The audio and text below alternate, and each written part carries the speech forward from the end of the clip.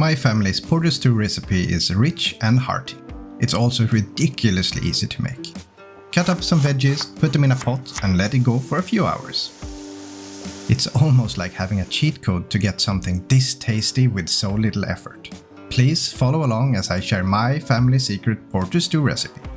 First of all, we need to prepare the vegetables and the meat. So start by peeling 3 carrots, slice them down the middle, lay them on the flat side down. Slice the carrot down the middle again to create quarters, and cut these quarters into bite-sized pieces. Next, we need to work on the onions. So dice 2 onions into cubes by removing the root and the stem. Cut the onion in half and lay it on the flat side down. Then slice the onion crosswise, turn the onion and continue dicing into cubes.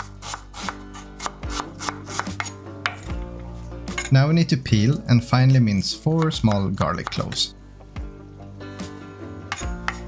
We've made it all the way to the meat, so let's start by preparing the beef knuckle. You can also use shuck or another similar piece of meat. Start by removing the net. Afterwards, check if the meat can be broken down into smaller pieces. It will be easier to manage that way. Cut the beef knuckle into steaks and trim away any unwanted pieces. Then what's left to do is to cut these into chunks. And whatever you do, don't discard the trimmings. Instead, save them and use them as base for a stew or making stock. So we made it all the way to making the stew. So if you have a cast iron pot, this is a perfect time to use it. Add some oil, some butter, and then wait for the cast iron to get hot. We add the meat in stages not to overcrowd the pot. I fried mine in 2 batches, for example.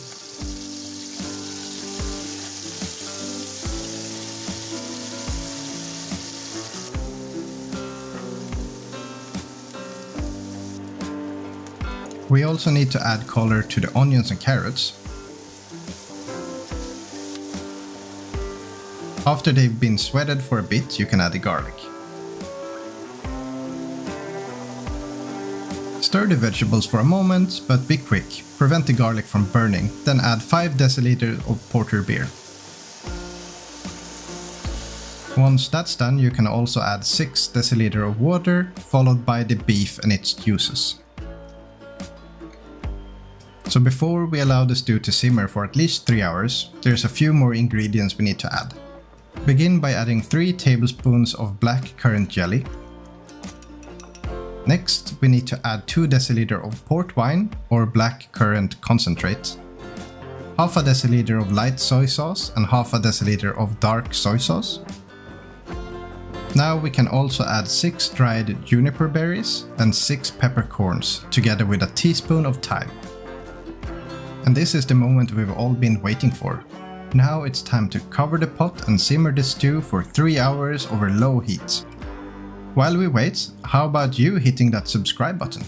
It would greatly help me since my channel is new. We can of course also check in on the stew.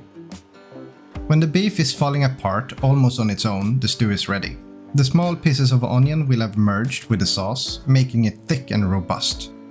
All that's left to do is to add some cornstarch along with 1 deciliter of heavy cream. This step is optional and you can substitute the cream with water if you prefer.